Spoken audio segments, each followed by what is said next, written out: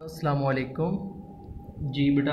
आज हमारे पास क्वेश्चन है vertical motion of two bodies attach to the ends of string that pass over a frictionless pulley.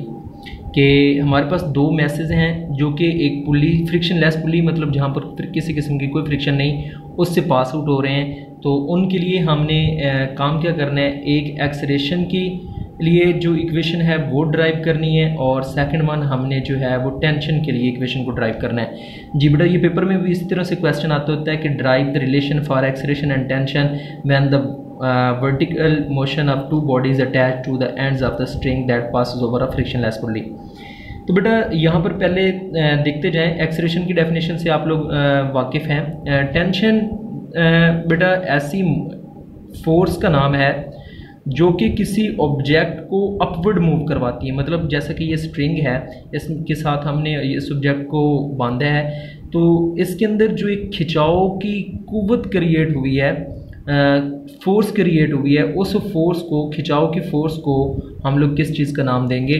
Tension का नाम देंगे।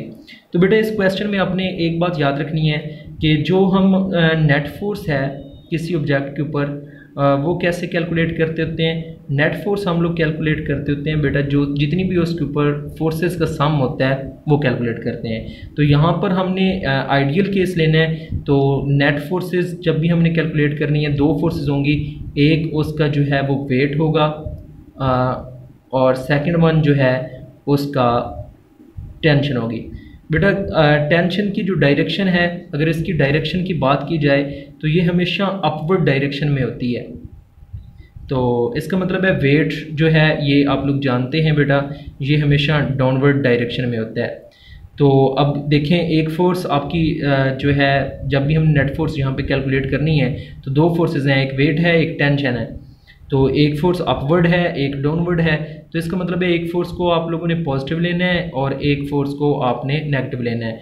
ये अब आपकी मर्ज़ी है, आप वेट को पॉजिटिव लेना चाहते हैं या टेंशन को पॉजिटिव लेना चाहते हैं। ये साइन कन्वेंशन है, जिसको पॉजिटिव ले लें जिसको नेगेटिव ले लें, इक्वेशन के ऊपर किसी किस्म का कोई फ़र्क नहीं पड़ता। हाँ, ये साइंस जो हैं ये यहाँ पर सिर्फ इंडिकेशन के लिए हैं जो कि आप की डायरेक्शन को इंडिकेट करते हैं। जी, तो यही हम इस क्वेश्चन को लेकर चलते हैं कि फ़र्ज़ करें हमारे पास दो ऑब्जेक्ट हैं ए एंड बी, जिसका ए का मैस जो है वो वेट है वो ज़्यादा है, इसकी वजह से ये डाउनवर्ड मूव कर रहा है, और वेट बी का जो है बी का जो वेट है ये कम है, तो इसकी वजह से अपवर्ड ये मूव कर रहा है। मतलब इसमें टेंशन की फोर्स ज़्यादा है तो इसकी वजह से ये ऊपर की तरफ मूव कर रहा है, इसके अंदर वेट की फोर्स ज़्यादा है तो ये नीचे की तरफ मूव कर रहा है। तो अगर हम नेट फोर्स ऑन ऑब्जेक्ट ए जो है वो कैलकुलेट करते हैं तो वो क्या आएगी? Net force on object A is equal to, देखिए बेटा इसके ऊपर दो फोर्सेस हैं जैसे कि आपको पहले बताया, एक वेट है और एक टेंशन है। तो इसका क्या हो जाएगा? Wait minus tension. मैंने क्या किया, वेट को पॉजिटिव ले लिया, डेफिनेटली टेंशन को नेगेटिव लेना पड़ेगा क्योंकि दोनों फोर्सेस अपोजिट डायरेक्शन में है। नेट फोर्स को बेटा हम लोग शो कर लेते होते हैं एफ के साथ। तो W का फार्मूला आप लोग जानते हैं, m1g हो जाएगा क्योंकि ये जो ऑब्जेक्ट है इसका नाम हमारा मैस जो m1 है और ऑब्जेक्ट B का जो मैस है वो m2 है, माइनस टेंशन T। अब according to Newton second law आप लोग जानते हैं F जो है ये इक्वल होता है ma। अगर हम यहाँ पर m1 ऑब्जेक्ट के लिए बात कर रहे हैं तो F इक्वल हो जाएगा m1 into a, यहाँ पे इसका नाम दे देते हैं F1। तो जी F1 इज इक्वल टू आ जाएगा m1g माइनस टी। ये आपके पास नेट फोर्स होगी किसके ऊपर? ऑब्जेक्ट ए के ऊपर जो एग्जीक्यूट हो रही है। इसी तरह हम net force on object B भी कैलकुलेट कर लेते हैं।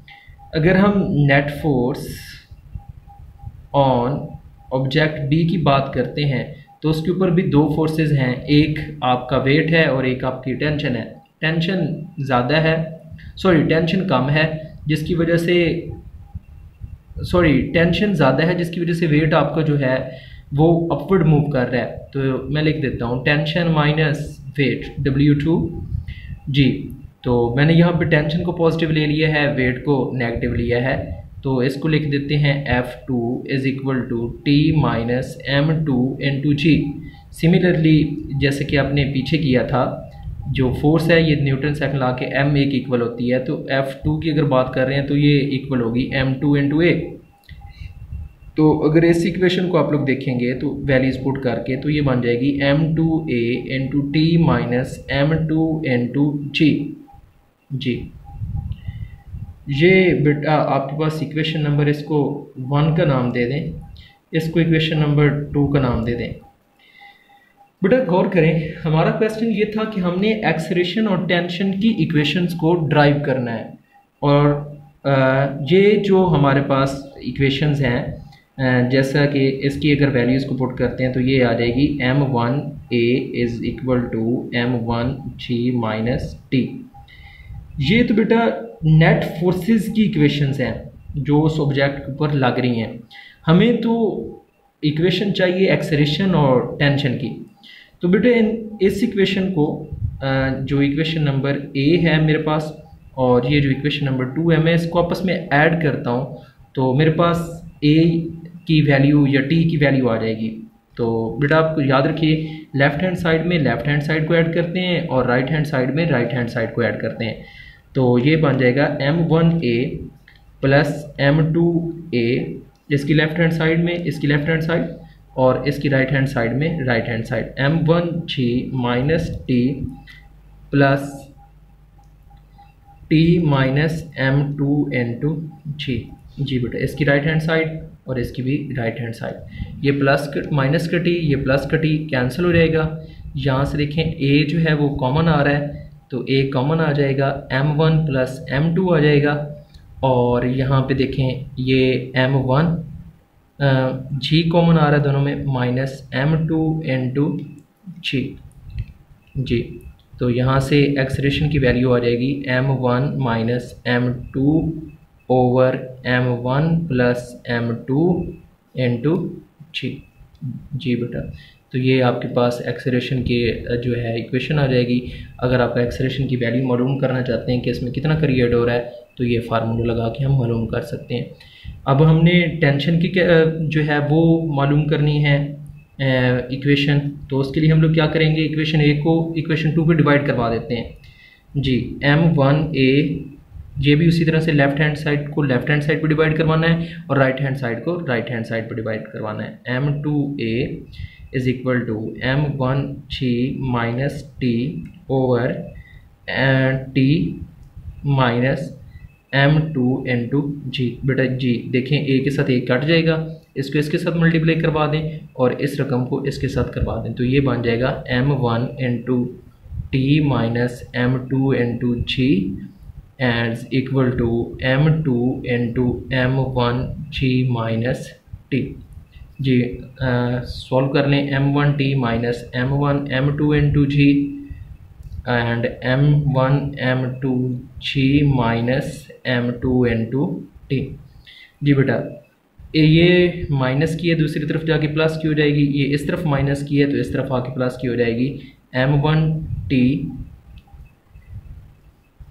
जी m1t plus m2 into T is equal to m1 m2 into g plus ये इधर आके m1 plus m1 m2 into जी।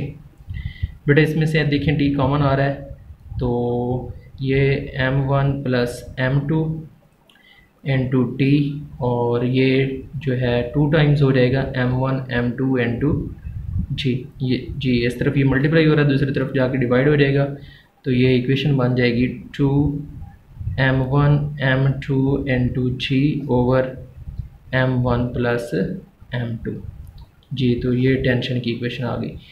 यही आज का हमारा क्वेश्चन था कि हमने जो है वो दो ऑब्जेक्ट्स जो कि फ्रिक्शनलेस पुली के साथ गुजर रहे हैं और एक डाउनवर्ड मूव कर रहा है और एक अपवर्ड मूव कर रहा है, तो उसके लिए एक्सेलरेशन और टेंशन की इक्वेशंस ड्राइव करनी थी।